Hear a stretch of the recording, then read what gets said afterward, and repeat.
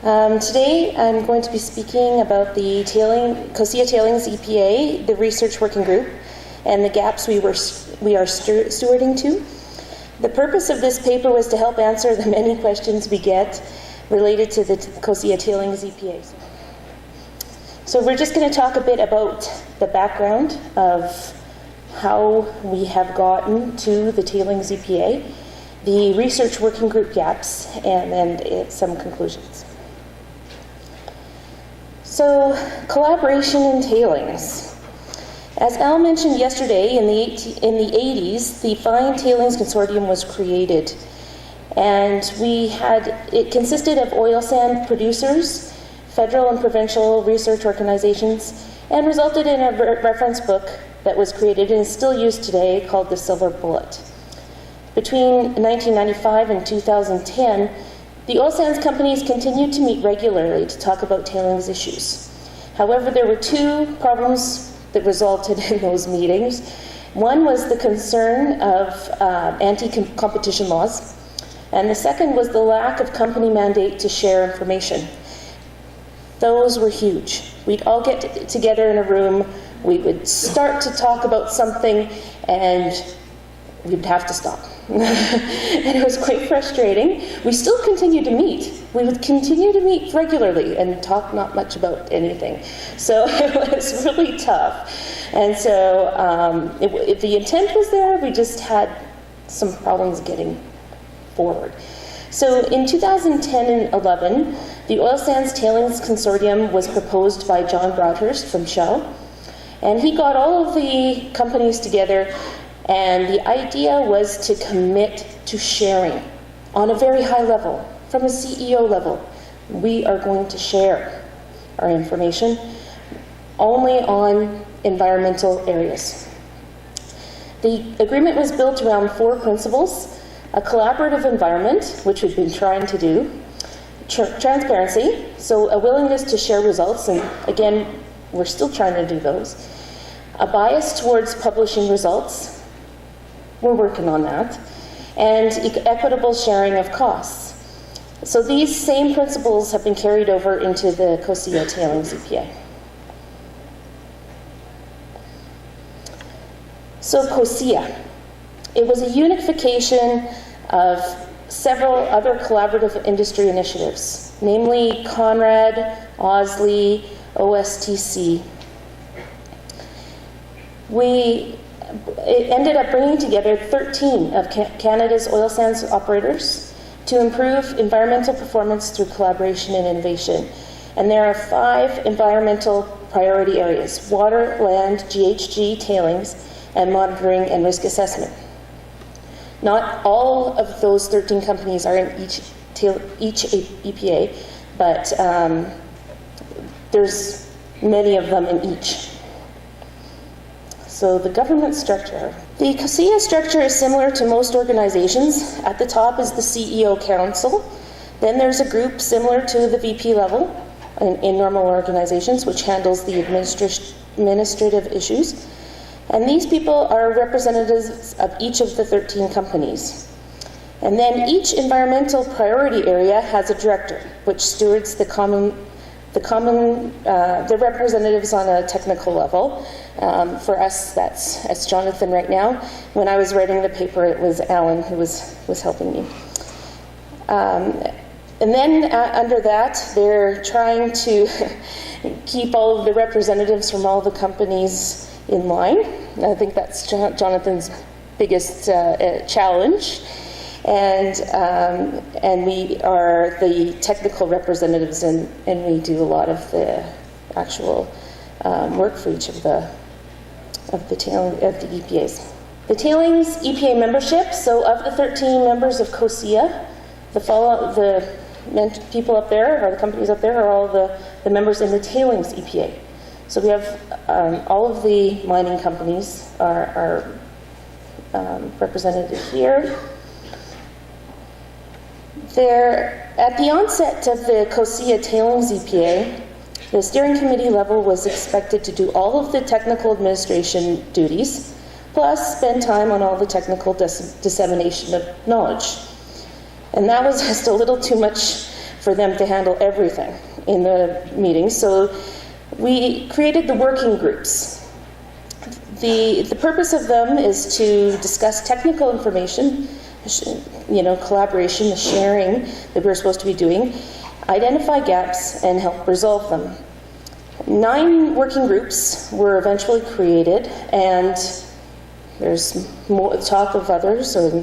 So the working groups can be temporary or long-term, depending on whether the gaps have been filled or not. So today we're going to focus on the research working group, which is my group. And some of the things that we look at or deal with in our group are Institute for Oil Sands Innovation. We work with the chairs of the universities. We issued a request for proposal in 2013 and are doing 9 projects. We are working with the OSTRF, and each individual company also has research projects, so we talk about those in our meetings as well. So in 2013, when the Tailings Research Working Group was formed, a gap analysis was performed, and each company went through their gaps, and a gap list was consolidated into one set. It's a living document. We try to review it yearly. In the 2013 Tailings and Mine Waste Conference held in Banff, I did a little talk on that and shared the general gaps with the audience. And just to reiterate, those gap areas were geotechnical, process, environmental, and analytical. So I went through all of this in the paper. I'm not going to repeat everything in the paper. What I'm going to do for these gaps is just very quickly go through the gaps that we have identified for the next RFP, which I will talk about at the very end. So just highlight these ones. So for geotechnical gaps, there are still gaps on the consolidation side. The type of material property testing is still under debate. Yesterday, Paul mentioned that large string consolidation is a mandatory test. However, is that for drying only? Are there other tests that should be performed for deep cohesive deposits?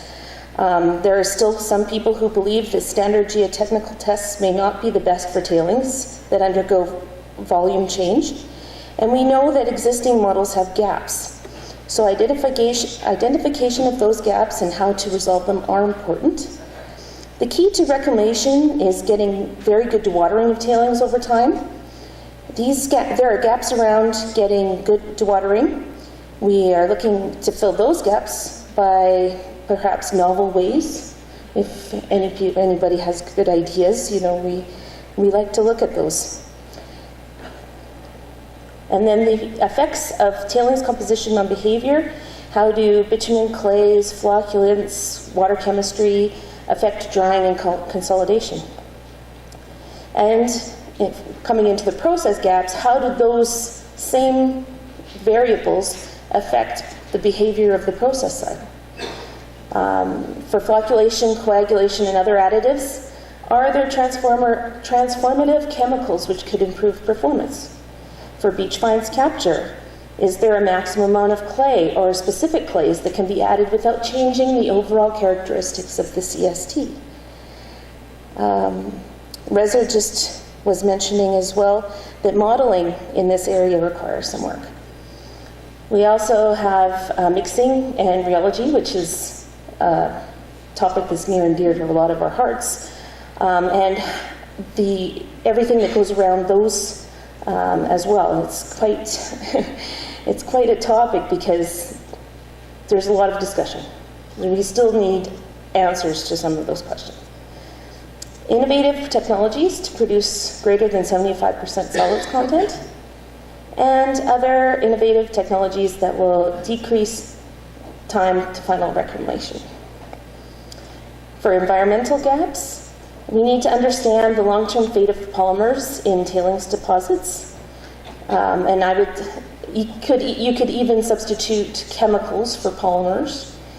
How do the chemicals break down over time? Similar question, but a little different. Transport of chemicals into the soil or groundwater. and impact and interactions of chemicals on tailings microbiology.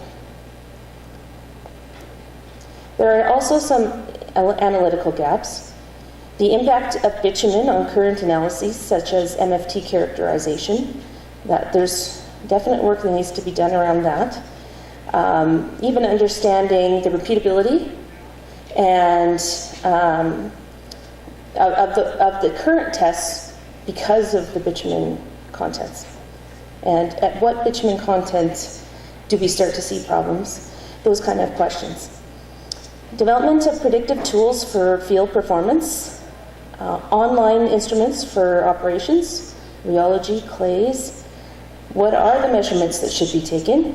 What is the accuracy that we should be striving for? And the effect of subsampling accuracy if required for the different types of instruments that we're going to use. So some conclusions.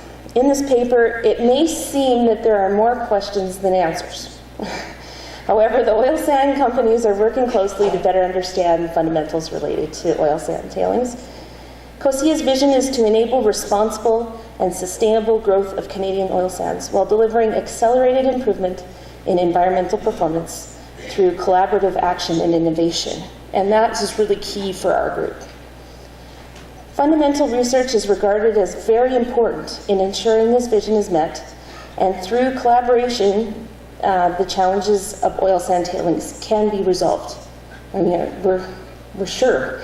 It might take us some time. Research is not a fast thing, but definitely we know that it's there.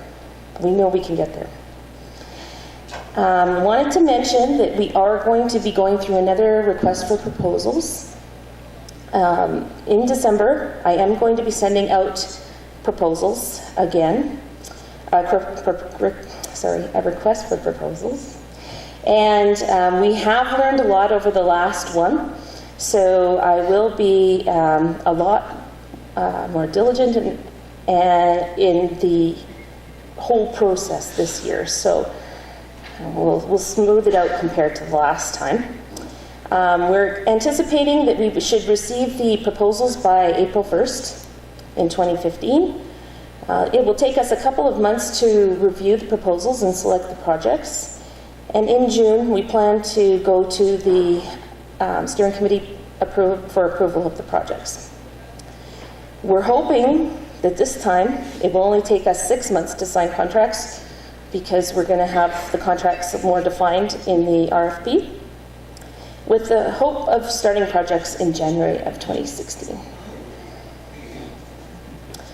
I have to thank my co-author, and unfortunately he's not here, but Alan was instrumental in helping me write this paper, mostly from the COSIA side and the historical side.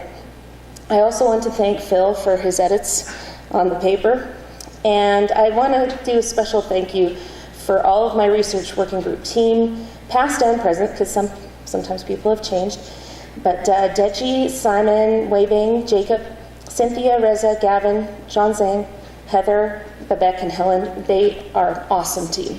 So thank you for helping me with all the work that we have to do.